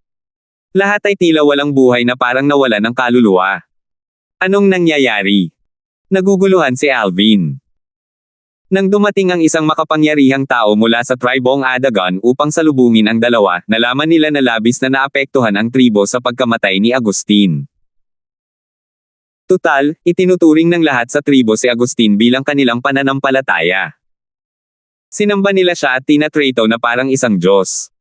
Ngayong bumagsak na siya, para bang natapos na ang kanilang mundo. Nagtanong si Alvin, pumunta ako para magtanong kung may nabanggit ang doppelganger ni Agustin bago ito nawala. Ang matandang lalaki ay isa sa iilang World Supreme Powerhouse sa Adagon Tribe. Naging World Supreme Powerhouse lamang siya sa loob ng 1,000 taon na ang nakalilipas. Katulad ng maraming nalalapit na World Supreme Powerhouse, pumasok siya sa Heaven Traversing Pagoda at lumakas. Matapos maging World Supreme Powerhouse, ang Heavenly Tribulation ay hindi na isang banta sa kanya. Narinig ito ni Alvin mula kay Mubay. Tungkol kay Mubay, isa na siyang World Supreme Powerhouse bago pa man lumitaw ang mga bagong pasukan sa Heaven Traversing Pagoda. Dahil sa Heaven Traversing Pagoda, malapit na siyang maging ikatlong level 7 Supreme Powerhouse sa God-defying world kasunod ni Berting at Alvin. Sa katunayan, si Shane ay naging isang level 7 Supreme Powerhouse 300 taon na ang nakalilipas. Gayunpaman, dahil siya ay katutubo ng Transcendence World, hindi siya binilang kahit na naninirahan na siya ngayon sa God-defying world. Patuloy na sinabi ng matanda, sinabi ni Agustin na ang isa sa mga tao ay bahagyang mas malakas kaysa sa nilalang habang ang isa naman ay mas malakas kaysa sa nilalang. Madaling napigilan ng dalawa ang tatlo. Wala na silang pagkakataong makatakas pabalik sa Primordial World. 4,644.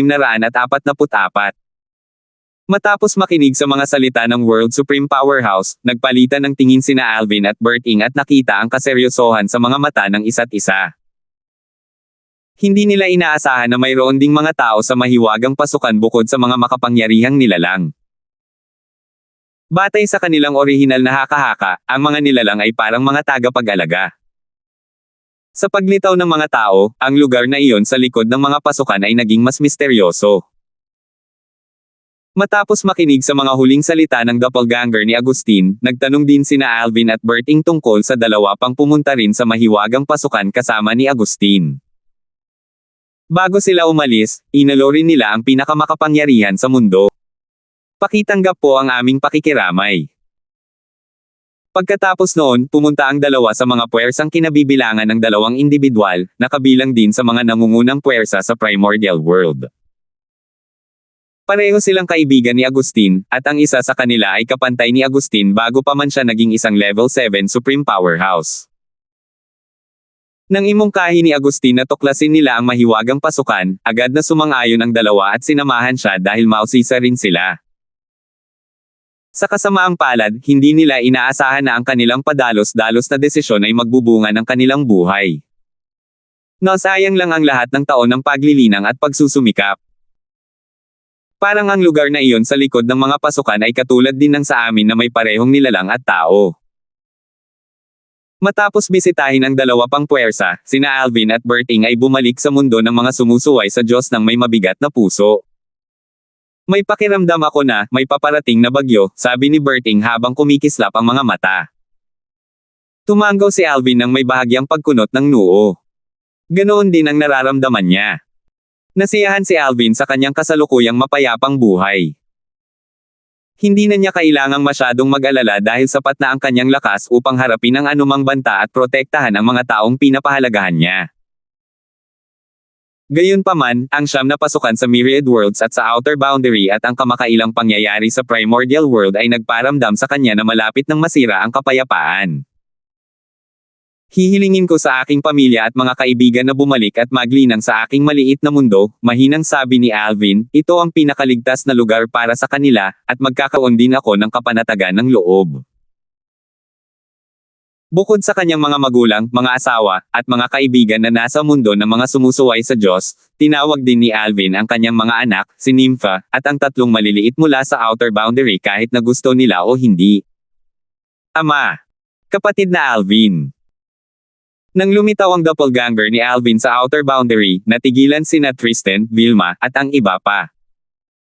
Hindi nila alam na sinusundan sila ng doppelganger ni Alvin sa Outer Boundary. Napansin nilang ito ang doppelganger niya. Sumama ka sa akin pabalik.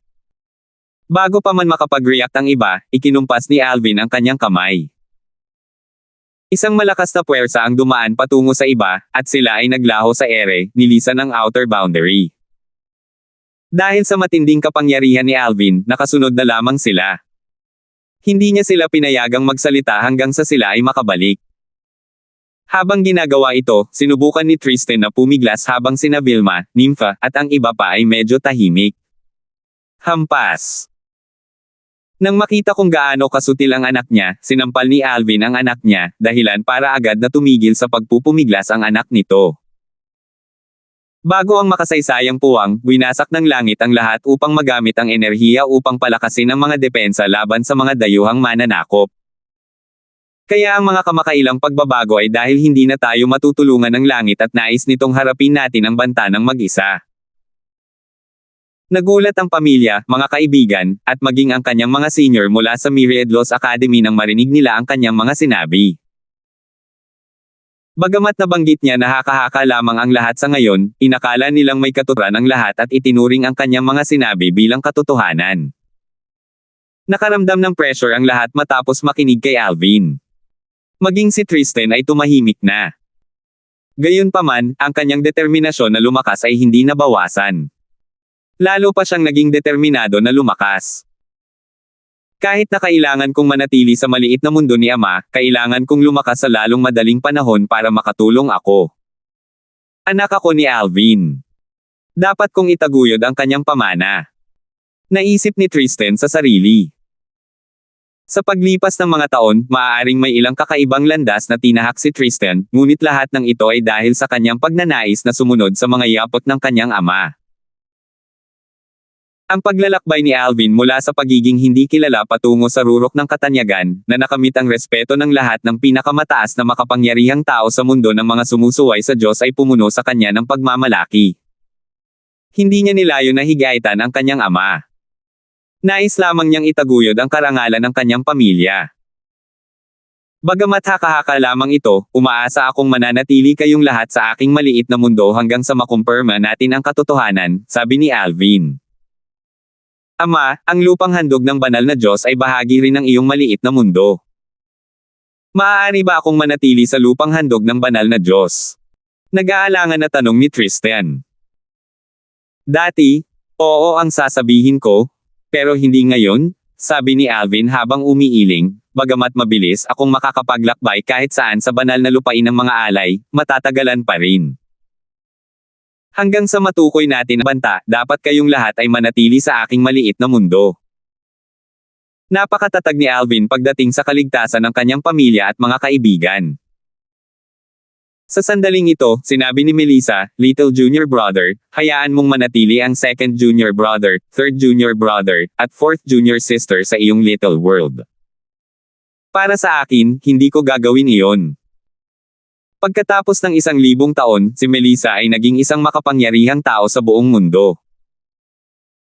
Kung tungkol naman sa mga nakatatandang kapatid na lalaki at nakatatandang kapatid na babae ni Alvin, nakapasok na sila sa kaharian ng mga makapangyarihang tao. Pinakamatandang ate, dahil isa ka ng World Supreme Powerhouse, hindi mo na kailangang manatili sa aking little world kung ayaw mo, nakangiting sabi ni Alvin. Kung isa sa alang-alang ang talento ni Melissa sa parehong cultivation at comprehension, alam ni Alvin na kaya niyang maging isang level 7 Supreme Powerhouse bago pa man dumating ang sakuna. 4,645. Ang lupain ng banal na alay ay tatatakan sa loob ng 1,000 taon.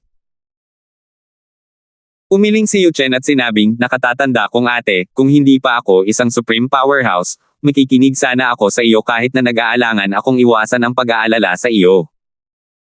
Gayunpaman, isa na akong Supreme Powerhouse ngayon.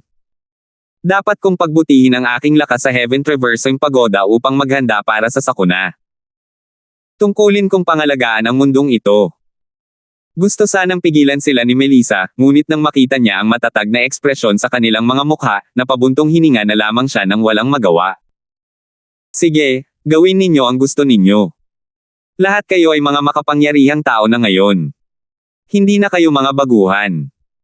Sabi ni Alvin, habang pinapakalma ang medyo malungkot na si Melissa, nakatatandang ate, naiintindihan ko ang desisyon nila. Kung ang sino man sa aking pamilya at mga kaibigan ay may pinakamataas na kapangyarihan, hindi rin nila gugustuhing manatili sa aking maliit na mundo. Bagamat maaari silang maglinang ng normal sa maliit na mundo ni Alvin at mas mabilis pang umunlad, ito ay pangkaraniwan lamang kumpara sa labas ng mundo. Aktibong naghahanap si Alvin ng paraan upang malunasan ito. Plano niyang tanungin si Mubay kung may paraan upang ganap na maisama ang lupang handog ng banal sa kanyang maliit na mundo upang ang kanyang pamilya at mga kaibigan ay mamuhay sa isang masiglang kapaligiran. Gayunpaman, ang paggawa nito ay maaaring makaapekto sa buhay ng iba na naninirahan sa lupang handog ng banal. Una, mas magiging abala para sa iba na umalis sa lupang handog ng banal. Dahil hindi pa niya napag-uusapan ang bagay na ito kay Mubay, hindi pa niya ipinaalam sa kanyang pamilya at mga kaibigan ang tungkol sa kanyang plano. Sa pagkakataong ito, sinabi ni Clarissa upang panatagin si Melissa, pinakamatandang ate, huwag kang mag-alala. Aalagaan namin ang aming mga sarili. Samantala, si Tristan, na nakatayo sa di kalayuan, ay nakinig sa pag-uusap ni na Alvin at ng kanyang mga nakatatanda. Halatang naiinggit siya sa kanila. Kung isa lang sana akong pinakamakapangyarihang tao, hindi ko na kailangang manatili sa maliit na mundo ni Ama. Ayaw ni Tristan na manatili sa nakakabagot na maliit na mundo ni Alvin. Gusto niya talagang manatili sa banal na lupain ng mga alay, na bahagi ng maliit na mundo ni Alvin. Sa kasamaang palad, naging matatag si Alvin sa pananatili nila sa kanyang maliit na mundo, na nagparamdam sa kanya ng kawalan ng kakayahan at kawalan ng pag-asa. Pagkatapos magpaalam, si Melissa at ang iba pa ay nagtungo sa Heaven Traversing Pagoda upang palakasin ang kanilang lakas. Samantala, pinapunta ni Alvin ang kanyang pamilya at mga kaibigan sa kanyang maliit na mundo bago niya hinanap si Berting upang pag-usapan ang kanyang plano. Gusto mong isama ang banal na lupain ng mga alay sa iyong maliit na mundo? Tanong ni Berting habang nagniningning ang kanyang mga mata. Patuloy niyang sinabi, sa pamamagitan nito, ang mga naninirahan sa banal na lupain ng mga alay ay mapoprotektahan din. Gayunpaman, ang kanilang personal na kalayaan ay maaaring limitahan. Oo nga. Kaya plano kong pag-usapan ito kay Lord Dolan, tango ni Alvin bago nagpadala ng mensahe kay Mubay. Matapos makinig sa plano ni Alvin, pinag-isipan ito ni Mubay sandali bago niya sinabi, hindi mahirap ang bagay na ito. Madali mong maisasama ang banal na lupain ng mga alay sa iyong maliit na mundo. Kalahating taon bago ka kumilos, masasabi natin sa mga naninirahan sa banal na lupain ng mga alay na isasara natin ang banal na lupain ng mga alay sa loob ng 1,000 taon. Sa oras na iyon, hindi na sila makakapaglakbay sa ibang mga kaharian. Dahil binibigyan natin sila ng 6 na buwang paunawa, ang mga hindi makakatanggap nito ay maaaring umalis habang ang mga tatanggap nito ay mananatili. Tumanggaw si Alvin matapos makinig sa mungkahi ni Mubay.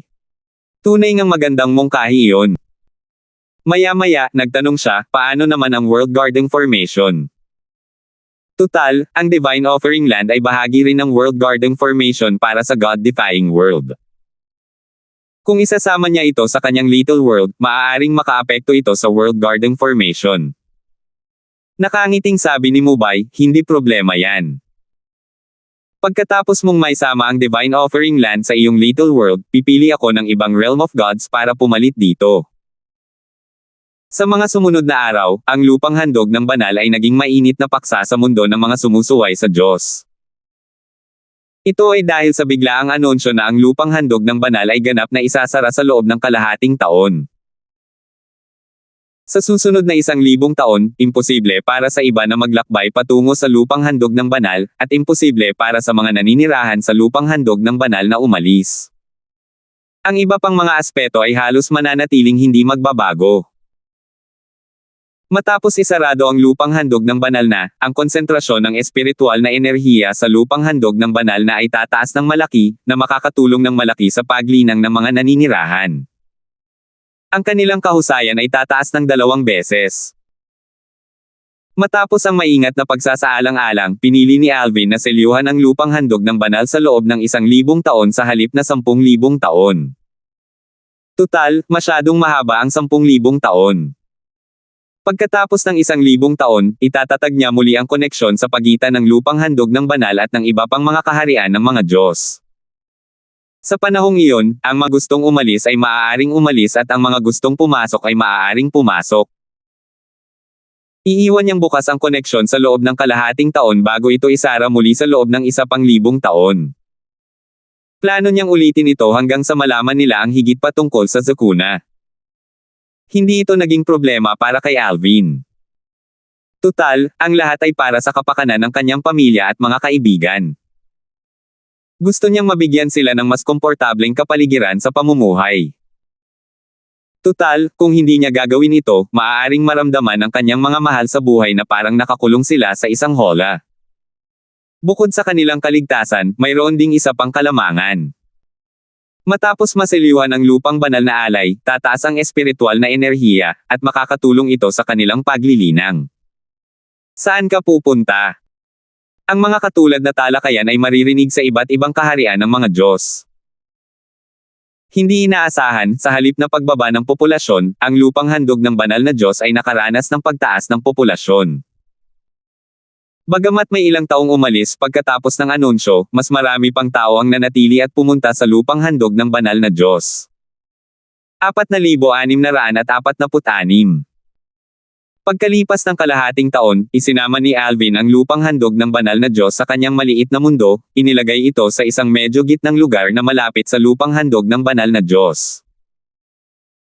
Dahil maraming mga tagapagsaka sa lupang handog ng banal na Diyos, nagtayo siya ng isang porma sayon upang protektahan ang lupang handog ng banal na Diyos.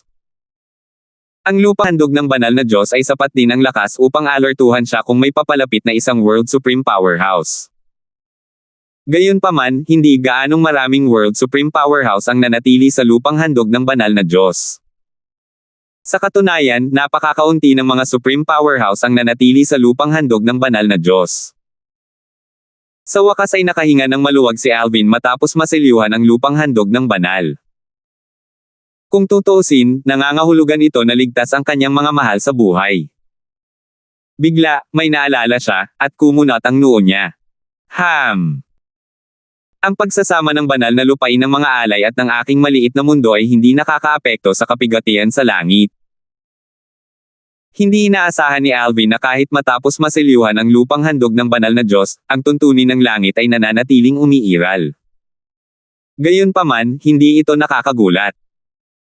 Kung hindi, maraming tao ang makakaiwas sa kapigatian sa langit. Kasabay nito, natuklasan niya na bumagsak na ang kredibilidad ng alaala ng Void Elder. Nadaman niya na ang alaala ng huli ay hindi lubos na maaasahan. Dati, dahil sa alaala, inakala ni Alvin na pagkatapos maging isang level 9 Supreme Powerhouse, ang isang tao ay magiging kapantay ng langit. Gayunpaman, malinaw na sa kanya ngayon na ang langit ay mas makapangyarihan kaysa sa kanilang imahinasyon. Bukod sa pagpasok sa Heaven Traversing Pagoda, ginugol ni Alvin ang halos lahat ng kanyang oras sa Heavenly Palace ng Solitary Destructive Heaven upang pag-usapan ang Sword Dao. Sa panahong ito, natuklasan din niya na hindi niya mabuksan ang kanyang little world, kung saan nakatira ang kanyang mga mahal sa buhay, habang siya ay nasa Heaven Traversing Pagoda. Ito ay malinaw na isang paghihigpit na inilagay ng langit.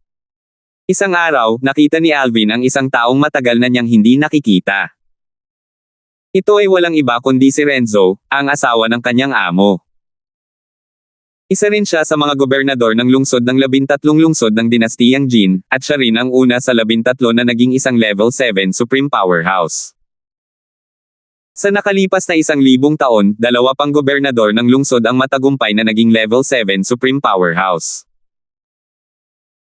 Dahil dito, ang 13 lungsod ng dinastiyang Jin ay naging isa sa mga nangungunang puwersa sa Outer Boundary, na nalampasan ang Jade Tide Heavenly Mansion na ngayon ay may 2 level 7 Supreme Powerhouse. Si Cyrus Dolan, ang matandang kaibigan ni Alvin mula sa Jade Tide Heavenly Mansion, ay matagumpay na naging isang level 7 Supreme Powerhouse. Tutal, noong nakilala siya ni Alvin dati, isa na siyang saint na malapit ng maging isang level 7 Supreme Powerhouse.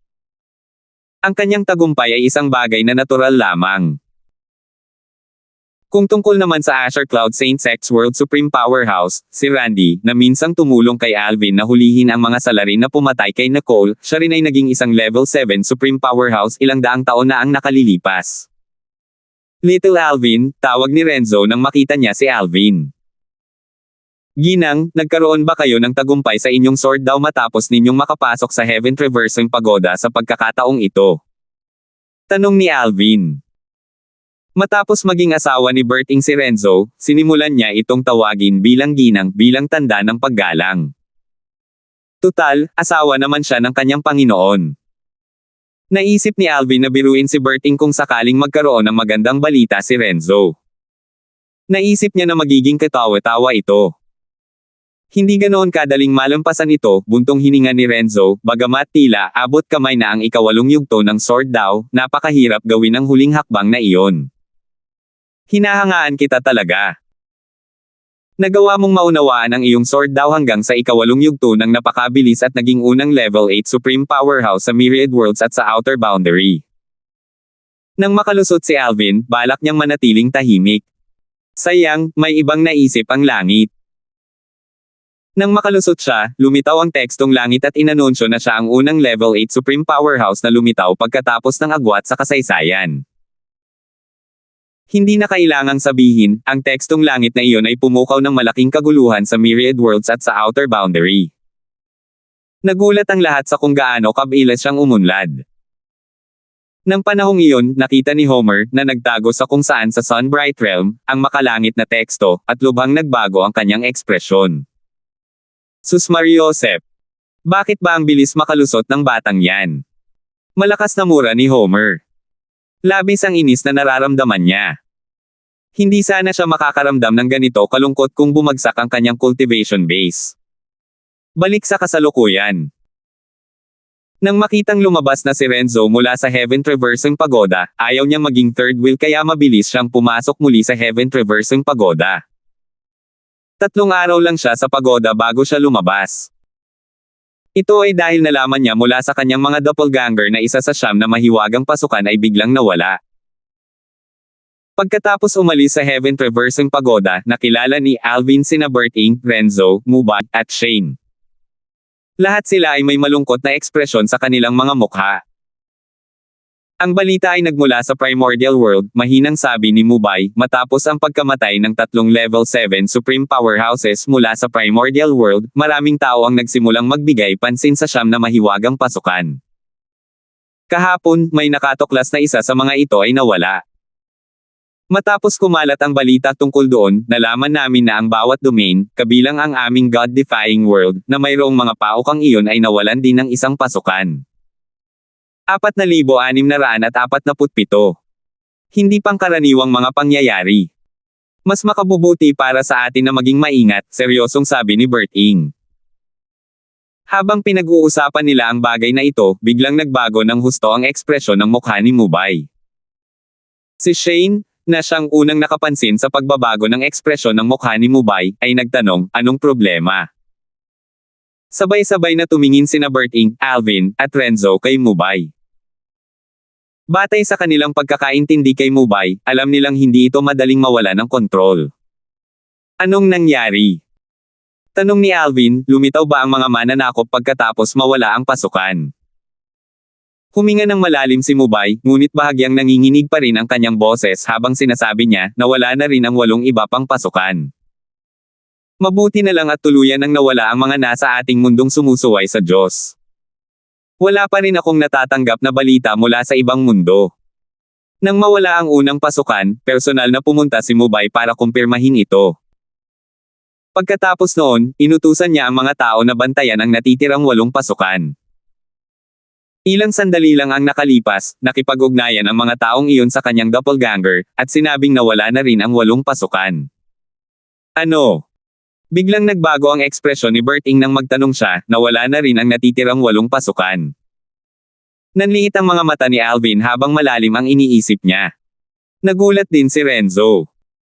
Bagamat hindi siya katutubo ng mundo ng mga mapanghamon, natural lang na alam niya ang haka-haka ni na Alvin at Berting.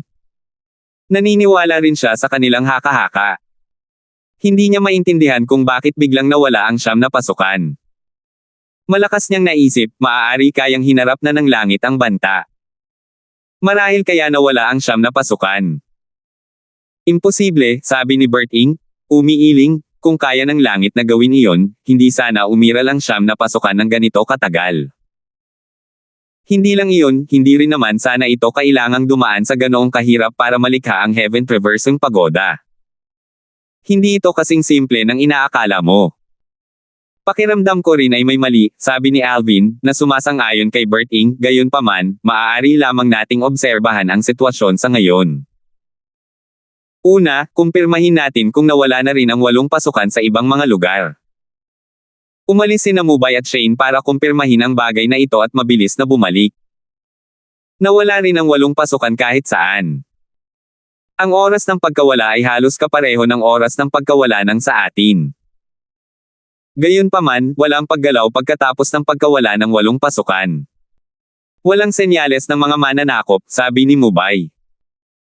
Pagkarinig pa lang ng boses ni Mubay, biglang nagtagpo ang mga ulap sa kalangitan habang kumikislap ng maliwanag ang mga lilang kidlat. Ito ay naging isang pamilyar na kababalaghan sa Myriad Worlds at sa Outer Boundary. Ito ang kababalaghang nagbabadya ng makalangit na teksto. Mula ngayon, magkakaroon ng bagong pasukan na may berdeng kidlat patungo sa Heaven Traversing Pagoda. Ang mga nasa itaas ng kaharian ng mga matataas na kataas-taasang Diyos ay maaaring makapasok sa paukang ito. Ang mga makakalampas sa mga hamon doon ay gagantimpalaan. Ang kaharian sa likod ng paukang ito ay tinatawag na trial space. Kasama sa mga gantimpala sa loob, ngunit hindi limitado sa, ang mga heavenly talisman at mga pananaw sa ika-9 na yugto ng 4 na daos ng langit at lupa. Hindi kataka-taka, ang makalangit na teksto ay pumukaw ng malaking kaguluhan sa Myriad Worlds at sa Outer Boundary. Nagpalitan ng tingin sina Alvin at ang iba pa pagkatapos basahin ang makalangit na teksto. Parang sinusubukan ng langit na hikayatin ang mas maraming tao na pumasok sa Heaven Traversing Pagoda, sabi ni Renzo. Kung isasaalang-alang ang tiyempo ng makalangit na teksto at ang pagkawala ng siyam na pasukan, nihalata niya na may mali. Mas lalong lumakas ang kanyang damdamin nang mabasa niya ang susunod na makalangit na teksto. Nagbago ang ekspresyon ni na Alvin at ng iba pa nang mabasa ito. Hindi ito nangyari noon. Kahit ang mga matataas na kataas-taasang Diyos ay kayang makapasok sa trial space. Mukhang hindi ito tama. Pupunta muna ako sa pasukan ng Jade Emperor Heaven at pipigilan muna ang mga tao na makapasok. Maghintay muna tayo ng mga 20 araw para maobserbahan natin ang sitwasyon. Bilang Panginoon ng mundo ng mga sumusuway sa Diyos, tungkulin ni Mubay na pangalagaan ang kaligtasan ng mga naninirahan sa mundo ng mga sumusuway sa Diyos. Bagamat hindi niya iniisip na sinusubukan silang saktan ng langit, hindi niya maiwasang maging mapagmatsyag pagkatapos ng mga nakaraang pangyayari. Babalik ako sa 13 lungsod ng dinastiyang Jin para pigilan ang lahat na makapasok sa Heaven Traversing Pagoda, nag-aalalang sabi ni Renzo. Tutal, maraming taong pinapahalagahan niya sa outer boundary. Natural lang na ayaw niyang malagay sa panganib ang sinuman sa kanila. Sasamahan kita, sabi ni Berting bago umalis kasama si Renzo. Samantala, si Tristan, na nasa Little World ni Alvin, ay mabilis na nagpahayag ng kanyang pagnanais na makapasok sa trial space. Ama, nakita ko ang makalangit na teksto. Gusto kong pumasok sa pagoda na naglalakbay sa langit, sabi ni Tristan. Ilang taon na ang nakalilipas, siya ay naging isang mas mataas na kataas-taasang Diyos. Sa oras na ito, tumingin si Alvin sa loob at napansin ang isang grupo ng mga matataas na kataas-taasang Diyos na nagsisisi sa kanilang desisyon na manatili sa lupain ng banal na alay, na mananatiling natatakpan sa loob ng 1,000 taon. Natural, matapos makita ang makalangit na teksto, wala na silang nagawa kundi bumantong hininga at maghintay na muling magbukas ang lugar ng pagsubok. Salamat po at sinamahan ninyo ako. Ingat lagi mga master.